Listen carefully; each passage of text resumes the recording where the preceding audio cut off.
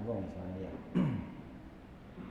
Assalamualaikum warahmatullahi wabarakatuh.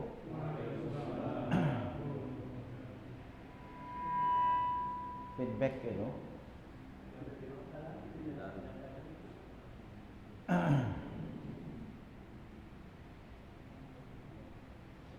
Alhamdulillah wassalatu wassalamu ala Rasulillah wa ala alihi wa sahbihi wa mawala. Amma ba'du.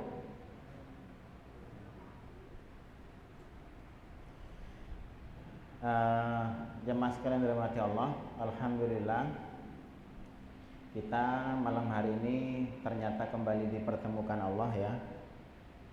Yang semula saya kira cuman kita hanya incidental bertemu, tapi ternyata alhamdulillah ada kesempatan untuk melanjutkan materi kita tentang, anggaplah namanya pembekalan Ramadan ya. Sebenarnya kan kalau tarhib istilahnya, tarhib Ramadan itu ya, pembekalan dalam rangka kita untuk mempersiapkan diri kita menyambut bulan Ramadan. Banyak sebenarnya persiapan-persiapan yang perlu kita adakan Pak ya, sebelum masuk ke materi tentang fikihnya. Dan saya kira kalau fikih-fikih tentang puasa Ramadan dan segala macam amal soleh di dalamnya itu insya Allah sudah banyak ya kita dapati. Nah, di sini dalam kesempatan kita ngaji di sini ya, saya coba untuk menyampaikan sudut pandang yang lain Pak ya. Dalam artian persiapan kita, harapannya agar bisa mencapai goal ya dari ibadah, rangkaian ibadah selama Ramadan itu. Kemarin kita kaji sekilas tentang target yang pertama di Ramadan itu adalah menjadi orang-orang yang bertakwa ya, la'allakum tattaqun Pak ya. Nah, di kesempatan ini saya coba untuk mengkaji, cuman kayaknya agak panjang di sini ya. Saya coba usahakan seringkas mungkin, tetapi intinya bisa antum dapatkan. Di target kedua ibadah Ramadan ini, dan justru sebenarnya inilah yang menjadi inti Pak dari Ramadan itu ya. Di ayat 185 surat Al-Baqarah itu spesifik bicara tentang Ramadan Pak. Syahrul Ramadan alladzi unzila fihil Quran itu dan seterusnya ya. Nanti Anda bisa lihat di Qurannya. Kalau ayat sebelumnya itu 183 ya, bicara tentang puasa, kutiba alaikumussyam. Ayat itu bukan ayat puasa Ramadan loh Pak ya. Itu ayat puasa secara umum. Kalau ayat puasa, perintah puasa Ramadannya sebenarnya ada di 185 ini. Ketika Allah berfirman di situ kan, faman syahida minkumus syahra falyasum. Maka siapa di antara kalian yang melihat hilal bulan, maksudnya bulan hilal Ramadan itu, maka falyasum. Nah, perintah inilah, maka berpuasalah. Nah, di situ perintah puasa Ramadan aslinya. Makanya ayat 185 ini spesifik dia berbicara tentang Ramadan Pak, dari awal. Nah, nanti bagaimana kita mensikapi Ramadan, bagaimana kita memposisikan Ramadan, apa yang harus kita prioritaskan selama Ramadan, petunjuk manualnya di 185 ini tuntunannya Pak ya. Coba antum lihat ayatnya itu ya. Di situ Allah berfirman, jelas diawali dengan syahrul Ramadan alladzi unzila fihil Qur'an hudal linnasi wa bayyinatin minal huda wal furqan. Jadi sejak awal di situ, jadi kata Ramadan disebutkan di situ dan definisi tentang Ramadan juga Allah sebutkan di situ, gitu loh Pak. Syahrul Ramadan. Kalau terjemahan kan bisa diterjemahkan bulan Ramadan. Ya. Apa bulan Ramadan itu? Di situ kemudian Allah menjelaskan kan di situ. Syahrul Ramadan alladzi unzila fihil Qur'an. Yang di dalamnya unzila, diturunkan di dalamnya Al-Qur'an. Jadi kalau kita ingat Ramadan sebenarnya ya, secara umum lah kita sekarang kalau ditanya sebentar lagi Ramadan, apa yang teringat di kepala kita kalau Ramadan Pak? Amalan yang paling menonjol. Nah disitulah terjadi misinterpretasinya Pak ya. Ketika kita ingat Ramadan kan, di kepala kita ingatnya puasa karena Ramadan itu bulan, itu definisi antum Pak ya. Tapi definisi Allah beda. Definisi Allah itu syahrul Ramadan alladzi unzila fihil Qur'an. Jadi Allah menamakan secara khusus Ramadan itu adalah bulan diturunkannya Al-Qur'an. Lalu nanti urutannya kenapa ada puasa di situ? Kronologisnya, kerangka berpikirnya tuh begini ya. Kerangka berpikirnya tuh Pak ya. Pemetaan konsepnya itu ya. Kan di situ kita tahu makna Ramadan sebenarnya. Makna Ramadan itu kan antum sering ngaji ya, saya kira makna Ramadan itu asal kata dari ar-ramad ya. Kan orang Arab itu kalau memberi nama bulan itu sesuai dengan musim Pak. Nama-nama bulan di Hijriah itu rata-rata sesuai dengan nama musim. Ya. Maka ada namanya bulan kayak bulan 1 ya, bulan 1. Apa bulan 1 Pak? Muharram ya. Karena memang di bulan itu diharamkan melakukan perbuatan-perbuatan yang sifatnya kedzaliman. Nah, orang-orang Arab memang di bulan itu menghindari yang namanya perbuatan-perbuatan maksiat walaupun jahiliyah, Pak. Muharram ya. Nanti ke Safar. Safar itu kan warnanya bisa diartikan bening, kuning ya. Atau kosong. Karena memang setelah Muharram itu orang-orang jahiliyah Arab itu biasanya mereka itu keluar dari Mekah itu Pak, semuanya bepergian. Kalau sekarang jadi TKW atau TKI gitu loh Pak ya. Kemana mereka bekerja mencari yang kuning-kuning Pak. Kuning-kuning yang membuat kita tertarik apa? Emas gitu. Makanya bulannya itu di Mekah sudah kosong, jadilah namanya Safar itu.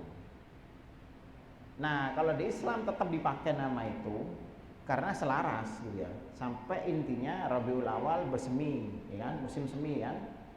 Musim semi pertama, musim semi kedua Rabiul Tsani. Setelah musim semi nanti ada musim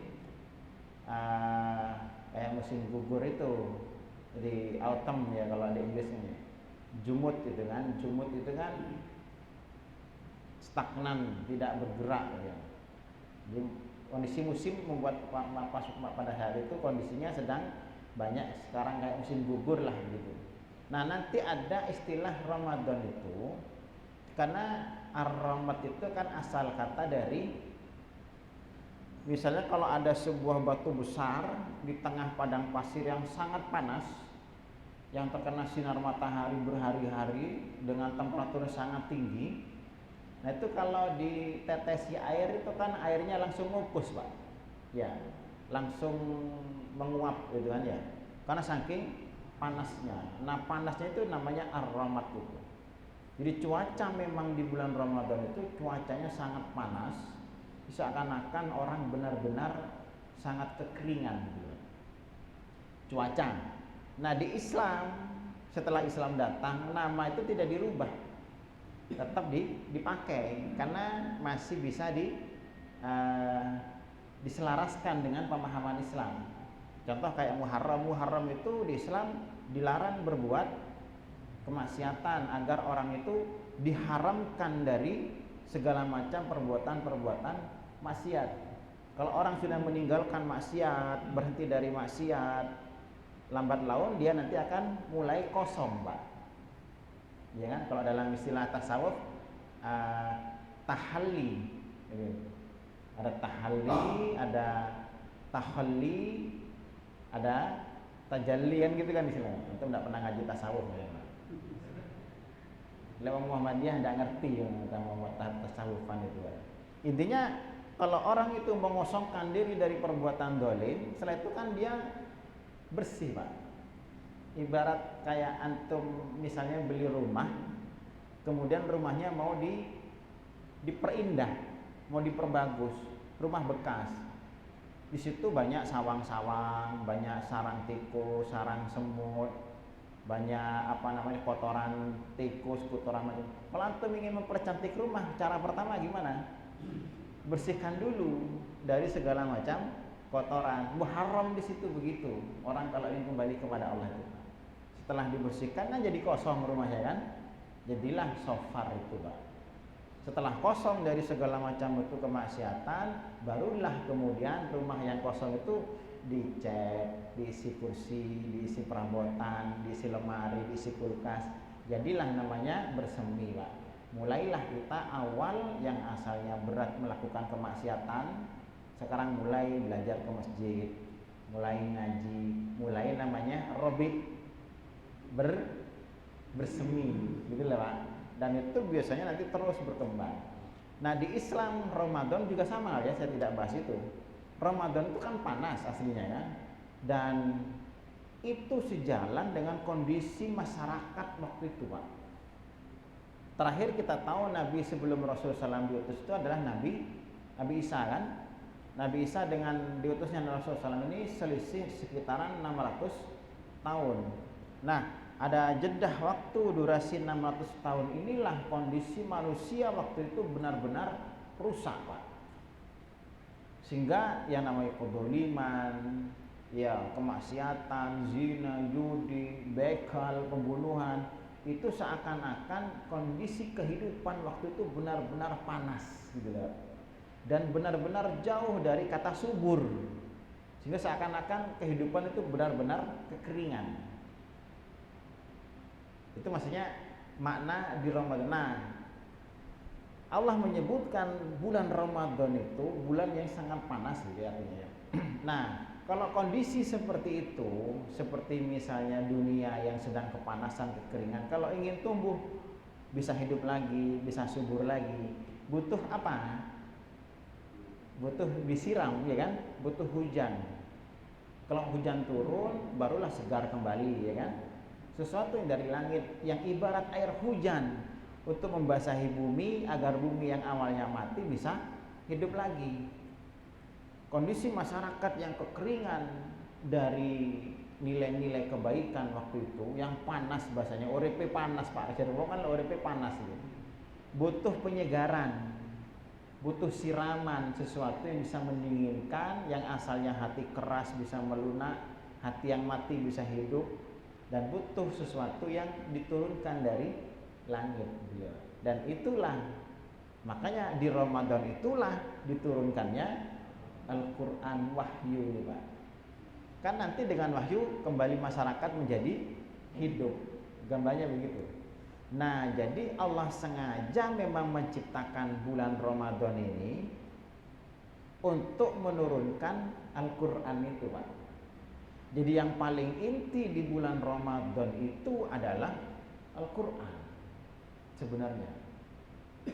Saya tidak akan bahas secara detail, tidak nututi Pak ya waktunya. ITB sudah pernah saya kaji nih Pak ya. Detail kata per kata. Kalau di sini tidak kata per kata ya. Secara kerangkanya saja saya kasih kerangka. Jadi karena kondisi masyarakat waktu itu kekeringan Pak, kepanasan Pak, seperti musim yang sangat panas kayak batu yang kalau kena air itu langsung nguap. Kondisi sosial butuh perbaikan, butuh siraman, sesuatu yang buat dingin bisa membuat jadi hidup kembali tanah yang kering itu. Hati-hati manusia yang mati, hati-hati yang keras, gitu kan ya. Masyarakat yang bobrok, yang carut marut, yang kuat memakan yang lemah, itu nanti bisa kembali normal, bisa kembali bagus, dan itu butuh yang namanya siraman sesuatu dari langit itu. Itulah wahyu. Nah, turunnya Al-Quran itulah sehingga orang yang masyarakat yang asalnya jahiliyah kan nanti akan berubah menjadi Islami, kan gitu kan ya, yang asalnya penuh dengan kezaliman, penuh dengan penindasan, ya kesewenang-wenangan, bisa adil, bisa makmur, bisa sejahtera. Dengan apa? Panduannya wahyu, Pak. Dengan wahyu, dengan Al-Quran ini, Pak. Dan itu adalah sebuah kenikmatan yang sangat besar, gitu, Pak. Makanya sunnahnya kita kan ketika datang Ramadan kita diperintahkan untuk berbahagia, bergembira. Jadi bergembiranya itu kita merasa bersyukur, merasa senang. Karena apa? Di Ramadan itu karena ada apa? Karena Al-Quran itu Pak, aslinya. Jadi Ramadan itu Allah memberi nama spesifik. Aslinya adalah Ramadan itu Syahrul Quran, Pak. Jadi yang paling inti di Ramadan itu adalah Qurannya. Tapi kalau kita kan bulan Ramadan bulan poso, ya kan? Makanya salah nanti kita bersikap, Pak. Kita fokusnya ke poso nanti jadinya. Harusnya fokusnya ke Quran. Ini yang jarang kadang-kadang kita kualik berpikirnya, Pak ya. Di Ramadan itu dampak dari Quran ini luar biasa, Pak ya. Kalau saya logikakan tuh beginilah, biasanya saya sering sampaikan ini ya di tahun bagi ya, terus berkali-kali saya bahasnya. Kalimat Syahrul Ramadan unzila fihil Quran. Bulan Ramadan diturunkan di dalamnya ada Al-Quran. Nah, Al-Quran ini kan sesuatu yang nanti akan membawa perubahan, Pak, bagi segala segmen kehidupan kita. Jadi masyarakat yang rusak, carut marut, nanti bisa tertata, bisa tertib, bisa adil, bisa sejahtera itu dengan Quran. Kan kita sudah bisa melihat kan faktanya itu di zaman Rasul kan ya, zaman keemasan Islam, zaman para sahabat, tabi'in, tabi'in, semua karena Quran. Intinya, Pak, yang sebelumnya jahiliyah total. Nah, disinilah yang seharusnya ada pada diri kita sebagai seorang mukmin, Pak. Apa? Perasaan bahagia, perasaan senang, perasaan bersyukur atas diturunkannya Al-Quran. Dan inilah yang Allah perintahkan di surat Yunus. Saya lupa nomor ayatnya, Pak, yang dalam Al-Quran juga masalahnya. Di surat Yunus ada ayat bunyi begini, ya ayuhan nas qad ja'atkum mau'idatum mir rabbikum wa huda wa rahmatun wa shifaa'un lima fis sudur. Kira-kira kalau tidak salah begitu ya, saya enggak lupa. Wahai manusia, sekitar ayat 58 kalau ada salah, Pak ya. Coba dilihat. Surat Yunus, Pak ya. Saya agak lupa juga, ada bawa Quran juga ya. Jadi Allah kan berfirman di situ, wahai manusia. 58 kalau ada salah, saya ingat saya itu. Berapa? Oh, 57 ya, 57 ya. Ya ayuhan nas qad ja'atkum mau'idatun mir rabbikum. Sungguh telah datang mau'idah. Mau'idah itu beda dengan tausiah loh, Pak ya. Kalau mau'idah itu nasihat juga, tausiah juga nasihat. Cuman mau'idah itu nasihat yang sangat mendalam Pak, sehingga benar-benar membuat kita tersentuh Pak. Namanya mau'idah. Telah datang mau'idah, nasihat yang sangat spesial mir rabbikum, dari Tuhanmu. Apa itu? Mau'idah dari Tuhanmu apa? Quran, yang fungsinya di ayat itu disebutkan mau'idatun mir rabbikum.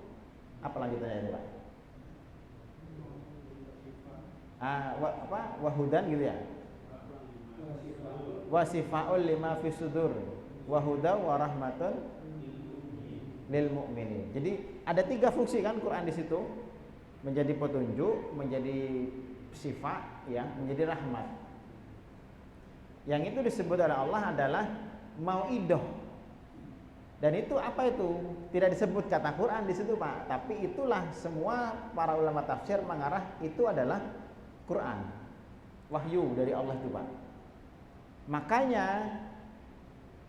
kul setelahnya kan ayat 58-nya ya, bifadlillah. Saya pelan-pelan. Kul bifadlillah, katakanlah Muhammad kepada umatmu itu bifadlillah, karena karunia Allah itu. Apa maksudnya karunia? Yang disebut karunia Allah ini, karunia yang mana ini? Karunia Quran itu Pak, iya kan?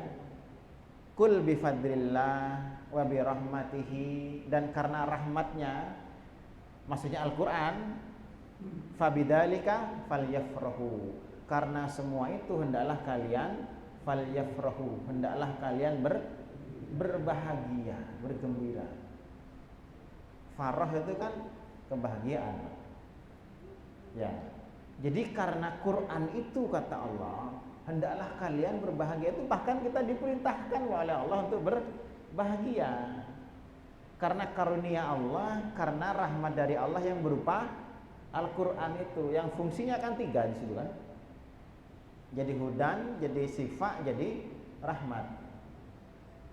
Dan ini sudah terbukti Pak ya, tidak perlu kita meragukan bagaimana tatanan masyarakat yang jahiliyah total carut marut selama 600 tahun. Sejak Nabi Isa sampai Nabi Muhammad, menjadi masyarakat yang gemilang, yang tinggi akhlaknya, peradabannya, bahkan sampai sekarang. Dan ini benar-benar sebuah karunia yang sangat besar. Makanya Allah menyebutkan Al-Quran itu huwa khairun mimma yajma'un. Itu Al-Quran itu huwa, Al-Quran itu maksudnya khairun, lebih baik, mimma yajma'un, dari apa saja yang kalian kumpulkan di dunia ini Pak. Kita kan ngumpulno duit, ngumpulno dunya, ngumpulkan harta, itu lebih baik daripada semuanya itu kata Allah. Jadi jauh lebih besar nilainya. Makanya kan ketika masuk Ramadan ini, kalau orang beriman standarnya Pak ya, standarnya bahagia, senang, gembira. Gembiranya karena apa? Kalau gembira kan pasti karena mendapatkan sebuah kenikmatan, ya kan? Nah, apa yang membuat kita bahagia di Ramadan ini? Quran itu Pak. Sampai di sini bisa dipahami? Ya. Jadi Quran ini harus membuat kita bahagia. Nah, kalau jadi masalah kalau kita sumpek lewat wong ngaji Quran Pak. Ini masalah nih Pak ya. Ono pengajian sumpek. Ya, lara ati, pegel. Nah, ini masalah Pak. Karena justru Quran inilah yang menjadikan kita masyarakat itu menjadi sejahtera seperti sekarang Pak. Nah, itu Allah berbicara tentang Quran. Nah, kalau kembali ke ayat 185 tadi, kalau kita kembalikan ke ayat 185-nya ya, saya tidak akan bahas kata per kata Pak ya, sekali lagi. Nanti kapan-kapan lah kata per katanya itu. Intinya kan Syahrul Ramadan alladzi unzila fihil Quran. Kalau di sini fungsinya hudan linnas wa bayyinatin minal huda wal furqan. Sama kan 3 fungsinya. Nah, baru setelah Allah membicarakan tentang Al-Quran, bagaimana kita ketika menyambut Ramadan, bagaimana ketika kita mendapatkan karunia yang namanya Quran, ini luar biasa loh Pak ya. keistimewaan Al-Quran ini Pak. Cuman kan kita kan tidak merasa istimewa. Kenapa tidak istimewa? Karena kita tidak tahu Pak. Saya kalau nggak, misalnya Pak Adi ditekoi Elon Musk Pak ya. Pak Adi ditekoni Elon Musk Pak. Morono goro watu ireng Pak. Elon Musk go watu ireng. Kecil segini. Pak Adi, sampai tak kasih Innova Reborn atau milih watu ireng. Pak Adi ditawari begitu Pak. Karena Pak Adi ini orang tidak tahu masalah perhiasan. Kira-kira milih watu ireng apa milih Innova Reborn Pak? Harga 500 jutaan. Ya Reborn lah, yo kena gaya-gayaan. Tapi kenapa Pak Adi milih Reborn Pak? Kayak apa milih watu Pak? Watu dek kali yo. Golek sak keranjang oleh kan ya. Kenapa dia tidak milih batu? Karena dia tidak tahu nilainya batu ini black diamond. Kalau dia tahu bahwa ini nilainya bahkan bisa beli tokonya Reborn Pak ya. Kan gitu kan ya. Kenapa tidak menghargai batu ini Pak? Karena tidak tahu nilainya. Yang dia tahu nilainya adalah Innova Reborn. Sehingga dianggapnya Innova Reborn lebih mahal daripada batu. Padahal batu ini bisa beli tokonya Innova Reborn. Kayak gitu walaupun kecil. Jadi kita itu akan menghargai sesuatu ketika kita tahu nilai sesuatu itu Pak. Quran ini nilainya kata Allah tadi Pak coba. Huwa khairun mimma yajma'un. Surat Yunus tadi. Quran itu lebih baik, khairun Pak. Bukan sama loh Pak ya. Lebih baik. Mimma yajma'un, dari apa saja yang kalian kumpulkan. Tapi kalau kita tahu nilainya, masalahnya kita tidak tahu nilainya. Coba Pak milih duit 100 juta, apa melok pengajian, tidak usah ikut pengajian atau milih ikut apa uang 100 juta. 100 juta Pak. Kan begitu kan? Karena tadi kita tidak tahu nilainya. Sehingga karena kita tidak tahu nilainya Pak. Contoh kayak Pak Adi tadi, saya sama Elon Musk dikasih batu hitam, dia mintanya Innova Reborn, tapi dikasih batu hitam. Senang tidak? Ya tidak senang Pak. Kenapa tidak tahu nilainya? Padahal nilainya sangat besar. Mari ngono to omahe diuncalno Pak nang pekarangan. Kayak apa waktu koyo ngene kan begitu kan? Sesuatu yang berharga dianggap tidak berharga. Sehingga akhirnya tidak berbahagia, tidak berterima kasih, tidak bersyukur, bahkan dibuang. Kan seperti itu manusia zaman sekarang terhadap Quran Pak. Coba bayangkan, Rasul itu waktu ketika penaklukan Khaybar itu ya, sahabat-sahabat itu kan di Khaybar itu yang namanya ghanimah itu Pak ya. Kata sahabat tuh begini, kami baru tahu rasanya kenyang setelah penaklukan Khaybar. Ya, kalau sampean mau ngaji sirah Nabi nanti ke Darut Tauhid Pak hari Rebo Pak ya. Promosi pisan gitu. Itu ya, Khaybar itu ketika sahabat itu melakukan Khaybar, Rasul itu kan namanya emas, perak, kendaraan, kuda, segala macam tuh Pak. Kalau sekarang mungkin mobil, rumah, segala macam. Itu sahabat sampai getun begini Pak. Kayak kita lihat dulu dunia akeh lho Pak ya. Kalau bahasa kita, wah, saking awak dhewe koyo ngenean gitu loh Pak. Seandainya saya punya kayak begini. Ada sahabat yang punya kertek begitu Pak. Wajar tidak kalau kita melihat harta yang begitu melimpah lalu kita tertarik? Wajar tidak? Wajar lah Pak. Itu berarti sampean waras Pak. Kalau sampean tidak tertarik berarti tidak waras Pak ya. Aneh Pak. Tapi kerteknya sahabat begini. Kerteknya sahabat itu Pak ya. Seandainya saya yang punya kayak begini nih, tentu saya akan buat semuanya untuk jihad fisabilillah. Itu Pak. Bagus tidak ngenangannya Pak? Kalau punya harta kaya banyak mau dibuat untuk berjihad. Ya. Sebagian sahabat juga sama. Kalau saya yang punya saya ginian pasti tak infakkan semua. Jadi punya angan-angan kaya, tapi kekayaan mau digunakan untuk fisabilillah. Kertek Kak Bida Allah tahu kerteknya Pak. Ketika sahabat-sahabat punya kertek loh Pak ya. Kretek ati Pak. Oh bahasa Indonesia kretek terjemahkan sendirilah. Nggak nemu saya bahasa Indonesianya tuh Pak. Hah? Ya karep itu. Bukan karep Pak, kretek Pak ya. Itu model pemikiran kayak begitu Pak, langsung ditegur sama Allah tuh Pak. Turun surat Al-Hijr ayat 88, coba salah. Kalau seingat saya 88 apa 78 tuh ya. 878 apa 88. Saya agak lupa dalam Al-Qur'an saya misalnya. Ada ayat bunyi begini, la tamuddanna ainaika lima apa? Janganlah kamu panjangkan apa? Angan-angan kalian terhadap apa yang aku beri kepada mereka. Ketemu ayatnya, surat Al-Hijr 88. Coba dibacakan, tolong Pak, saya lupa ayat.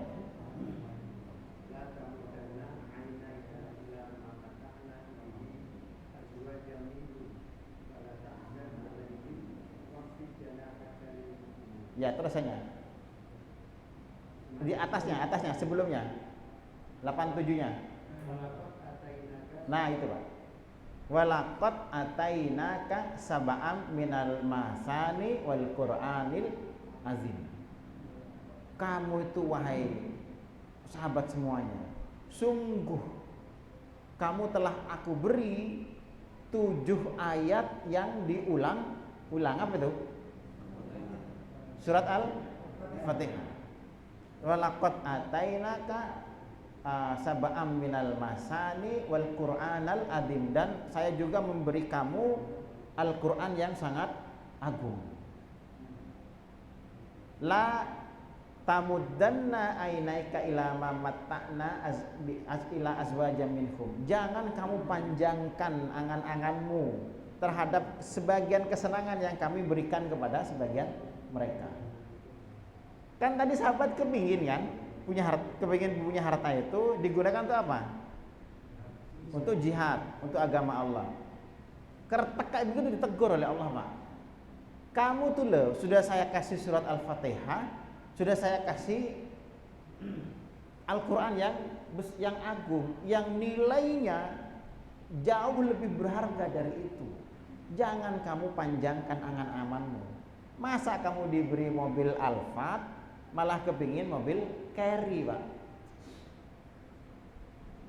Kalau kita misalnya punya uang 1 triliun misalnya, apakah kita iri sama orang yang jualan nasi goreng cuma punya uang 1 juta? Kan tidak mungkin iri. Kenapa? Karena kita punya sesuatu yang lebih berharga Pak. Kalau antum punya mobil, misalnya punya mobil Lamborghini misalnya, tidak mungkin iri kepada orang yang punya mobil Vios Pak.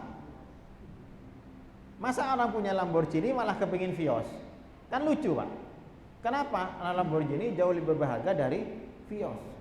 Itu sahabat tadi, kata Allah kan begitu Pak. Bisa disambung ayatnya nih Pak. Kamu sudah tak kasih 7 ayat yang berulang-ulang dan Al-Quran yang sangat agung.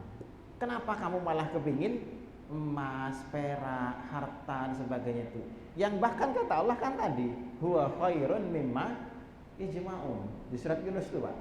Ini kan sambung menyambung nih Pak ya. Jadi nilai Quran itu jauh lebih berharga.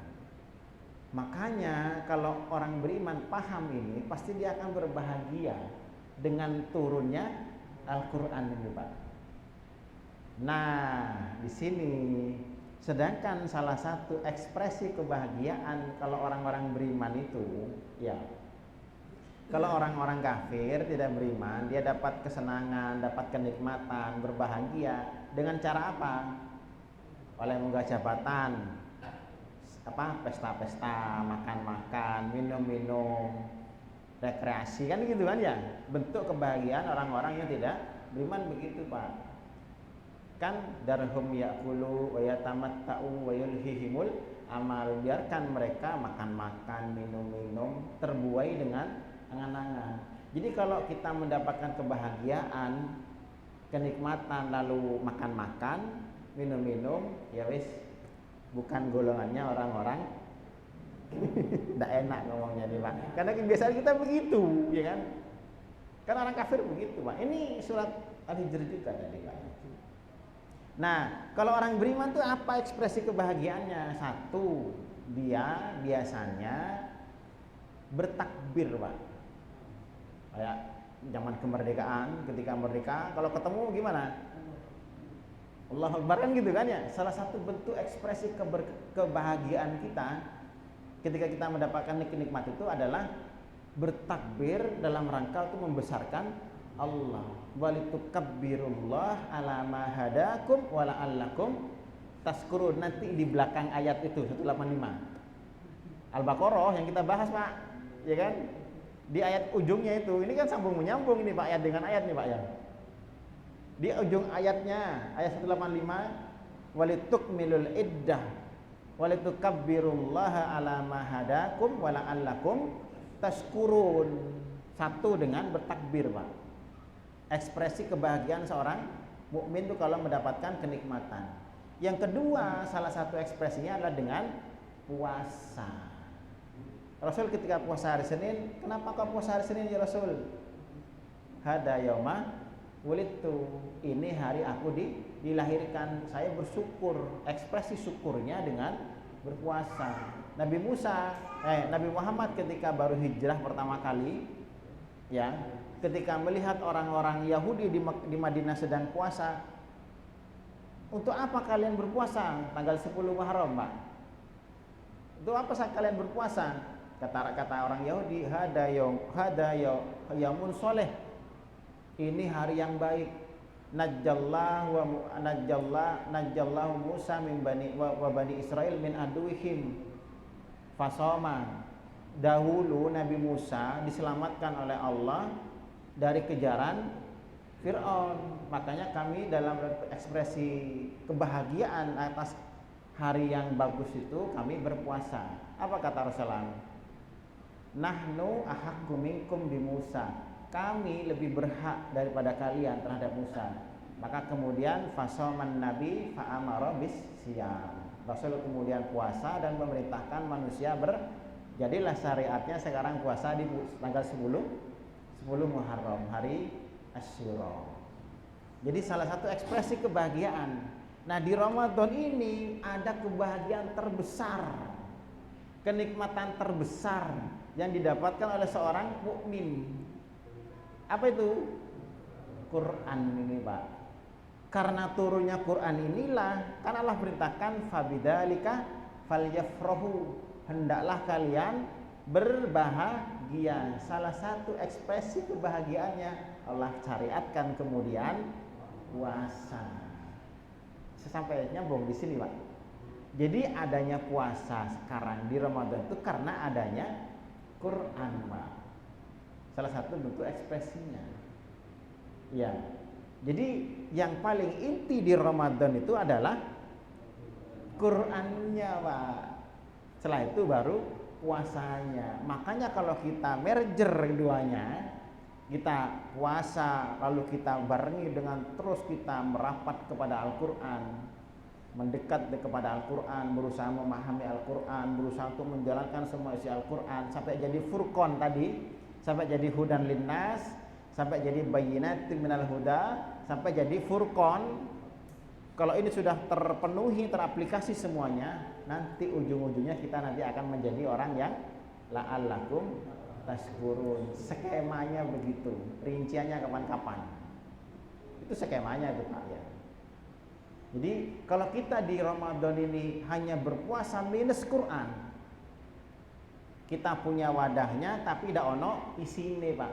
Antum gawa piring ndak ono segone, tetap luwe.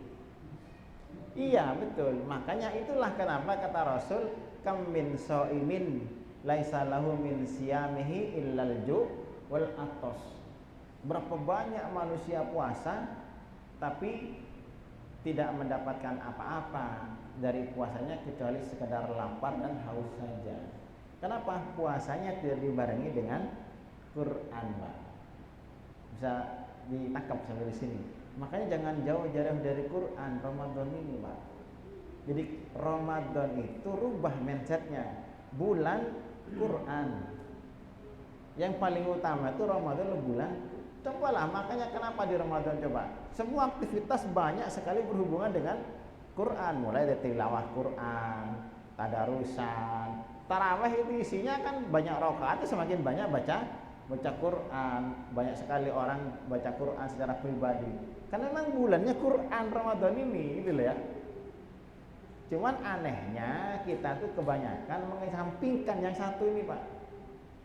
Makanya mestinya ketika Ramadan itu kita harus lebih kuat interaksi dengan Quran, Pak. Yang sebelumnya ngajinya mungkin sehari sejuz, bisa sehari 2 juz. Yang sebelumnya tadaburnya mungkin seminggu sekali, bisa tadabur seminggu 3 kali. Yang sebelumnya pengajiannya sekali seminggu, bisa seminggu 2 kali. Semakin diintensifkan interaksinya dengan Quran. Tapi yang ada sekarang, kalau pengajian di Ramadan, libur apa prei? Ya bodoh aja nih Pak ya.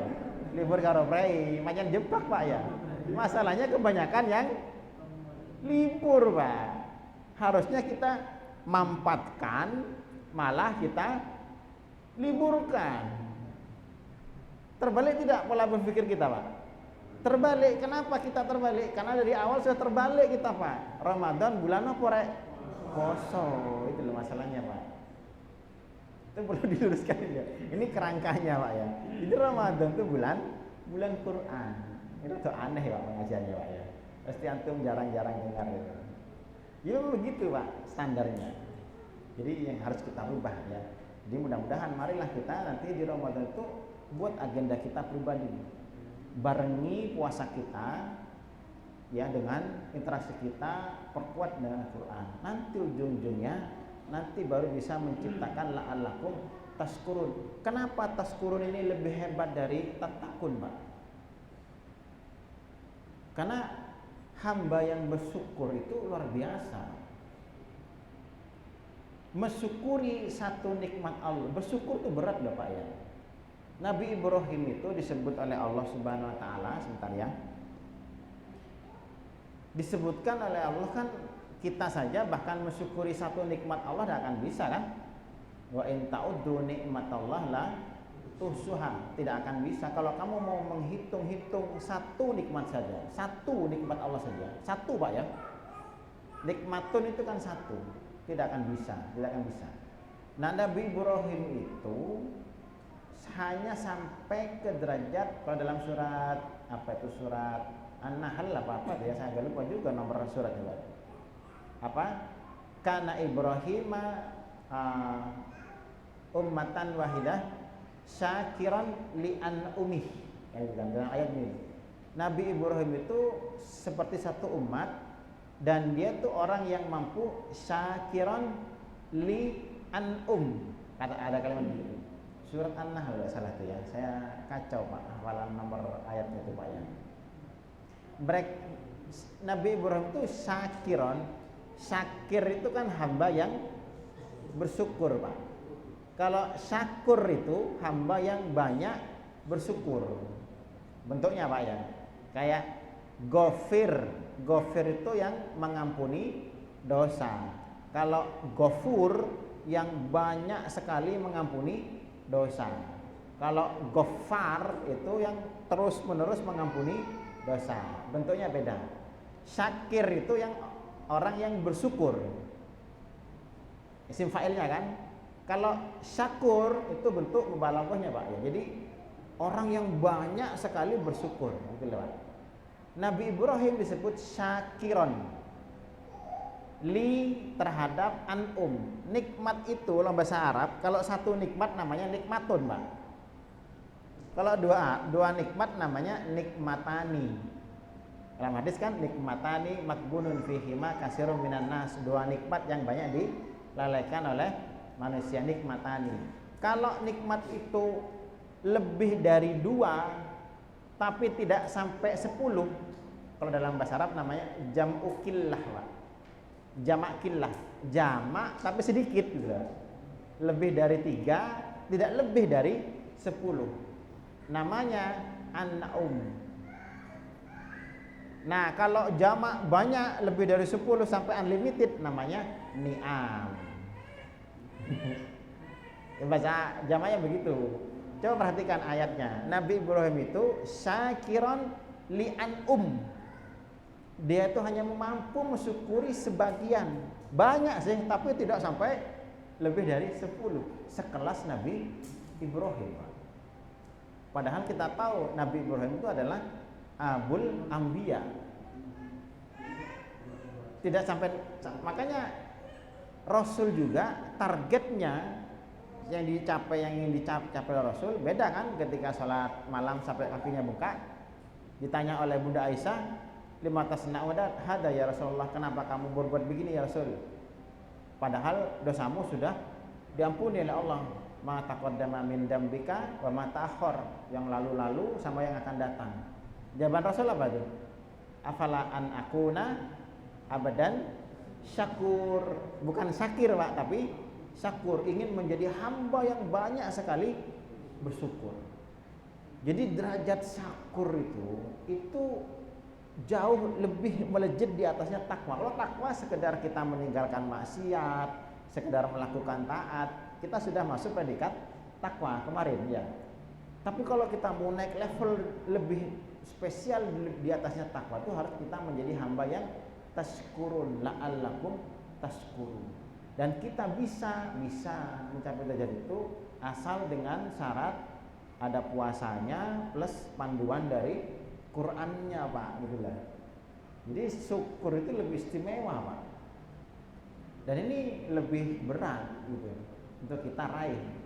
Makanya kalau kita salah mensikapi Ramadan, hanya fokus saja kepada puasanya saja, gak dapat nanti Pak. Gak dapat nanti. Ini harus kita, dua-duanya harus kita perbanyak, puasa kita perbagus kualitasnya ya. Walitukmilul iddah, ayatnya itu kan, walitukmilul iddah, sempurnakan hitungan. Surat Al-Baqarah 185-nya ya. Walitukmilul iddah, sempurnakan hitungan, entah hitungan jumlahnya maupun kualitasnya Pak. Jadi perhatikan betul kualitas puasa kita. Kalau kita sudah Qur'annya dapat, dibarengi dengan puasa yang sempurna dari sisi kualitasnya, nanti ujung-ujungnya kita akan walitukabbirullah, akan membesarkan Allah ala ma hadakum, atas nikmat hidayah ini. Maksudnya nikmat hidayah apa maksudnya? Quran. Yang harapannya kalau begitu la'allakum tashkurun. Target Ramadan. Jadi jangan jauh-jauh dari Quran di Ramadan Pak ya. Silahkan puasa karena memang aktivitasnya memang puasa yang paling kelihatan. Itu bagi orang awam Pak. Tapi kalau antum sudah ngaji begini, justru Qur'annya harus jangan sampai ketinggalan dengan puasanya. Karena adanya puasa ini karena adanya Qur'an. Ingat-ingat itu Pak ya. Ramadan ada puasa itu karena di Ramadan ada Qur'an. Bahkan Allah sendiri menyebutkan syahrul Ramadan alladzi unzila fihil Qur'an. Definisi dari Allah tentang Ramadan adalah Ramadan bulan Qur'an. Definisi kita kan bulan poso. Itu misunderstandingnya ya. Mudah-mudahan kita bisa lebih baik ya mensikapi Ramadan ke depannya. Itu sementara kaitan dengan pembekalan Ramadan yang kedua ya. Walaupun nanti berikutnya nanti ada yang ketiga itu kan la'allahum yarsudun, itu dibarengi lagi dengan doa bahkan di situ Pak ya. Lebih spesial lagi jadinya itu Pak. 186-nya. 186 kan tentang doa. Wa idza sa'alaka ibadi anni dan seterusnya. Ya. Al-Qur'an itu apa maknanya? Turunnya Quran memang di malam 17 itu Pak. Turunnya pertama kali Al-Qur'an. Bukan, turun dari langit dunia ke Rasulullah. Karena Quran kan 2 kali turun. Quran itu 2 kali turun Pak. Pertama dari Laul Mahfuz sana ke langit dunia. Turun sekaligus, sepaket Pak. Biasanya di sini menggunakan kata nazala atau anzala, tidak pakai tasdid Pak.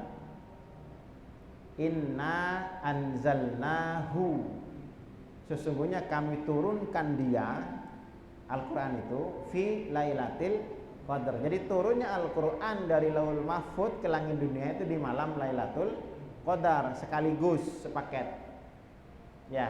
Tapi nanti ketika Al-Quran turun dari langit dunia ke Rasulullah SAW secara bertahap selama 23 tahun itu pertama kali turunnya di malam 17 Ramadan itu. Jadi 2 kali, ada 2 kali turun Pak. Ini tetap jangan bingung-bingung.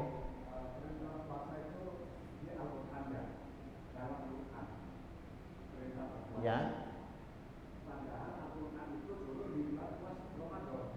Ya. Ya. Jadi kan perintah puasa itu turun di bulan Sya'ban ya, tahun kedua Hijriyah Pak. Tahun kedua Hijriyah. Turunnya di bulan Sya'ban seperti sekarang ini Pak. Di bulan Sya'ban tahun kedua Hijriyah itu ada 4 syariat yang turun Pak, bareng itu Pak sekaligus. Ada yang tahu tidak? 1, perintah perubahan kiblat dari Masjidil Aqsa ke Mekah, ke Ka'bah. Ya, 1. Yang kedua perintah apa lagi? Zakat Pak. Di bulan Sya'ban tahun kedua sebelum perang Badar. Yang ketiga perintah puasa ini Pak. Ya. Yang keempat perintah jihad. Sepaket itu. Terjadi di bulan Sya'ban tahun kedua Hijriah. Quran turunnya kapan? Awal kenabian. Awal kenabian Pak. Sebelum hijrah berapa tahun di Mekah? 13 tahun. Setelah 2 tahun di hijrah turun perintah puasa. Artinya setelah Quran turun 15 tahun baru turun perintah puasa Pak. Jadi tidak ada masalah Pak, ini Pak ya. Bukan perintah puasanya dulu yang turun. Qurannya secara bertahap turun duluan. Setelah 15 tahun baru ada perintah puasa. Jadi begitu Pak ya, urutannya begitu. Terjadi di tahun kedua bulan Sya'ban. Sebulan sebelum terjadinya perang Badar. Nah, Ramadan pertama kali perdana kaum muslimin waktu itu dibarengi dengan perang Badar, Pak. Jadi kalau antum Ramadan bermalas-malesan, ya berarti tidak nyunnah, Pak. Karena di Ramadan itu kan perang Badar kan kita tahu perang terbesar, salah satu perang fenomenal dalam sejarah Islam, Pak. Dan itu terjadinya di pertama kali melaksanakan puasa pertama kali. Kalau kita pertama kali puasa kan enak-enak mangannya Pak ya, mangan gulai, mangan sate, ya kan, lemes pisan kan. Sahabat malah perang, Pak. Bahkan dalam perjalanan itu kan dari Madinah ke Badar itu berapa? 160 kilo. Madinah Badar itu 160 kilo loh Pak. 155 tepatnya kilometer. Dan itu berjalan kaki 120 kilonya jalan, 40 kilonya naik unta. Waktu itu Pak.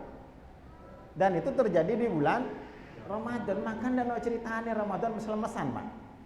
Sing kerja itu tetap kerja, tidak ada masalah. Malam tetap ibadah tetap. Ruhbanun bil lail, fursanun bin nahar. Kata orang Nasrani kan begitu. Orang Islam itu fursanun bin nahar. Siang hari seperti seorang joki. Fursan itu kan joki Pak, penunggang kuda yang handal. Malam hari seperti rohban, seperti pendeta sing melek antok. Kaya apa coba? Kapan turunnya lek ngono Pak? Di Ramadan seperti itu Pak. Jadi siang hari seperti fursan tetap kerja, enggak masalah Pak. Malam ibadah. Kalau kita kan enggak Pak. Awan kerja, malam lemes. Lek pengen malam ibadah, awan gitu turun. Jauh kita Pak dari sunnah Nabi kan begitu kan. Kalau kita mempelajari perjalanan surah Nabi itu begitu. Ya. Sementara itu dulu ya. Mudah-mudahan itu sedikit bisa menjadi pencerahan kita lah. Bagaimana kita mensikapi Ramadan ke depannya. Agar ada perubahan Pak ya. Tak pancet-pancetan aja mulai tahun ini. Sementara itu kita tutup dengan doa kafatul majelis. Subhanakallahumma wa bihamdika asyhadu an la ilaha illa anta astaghfiruka wa atubu ilaik. Assalamualaikum warahmatullahi wabarakatuh.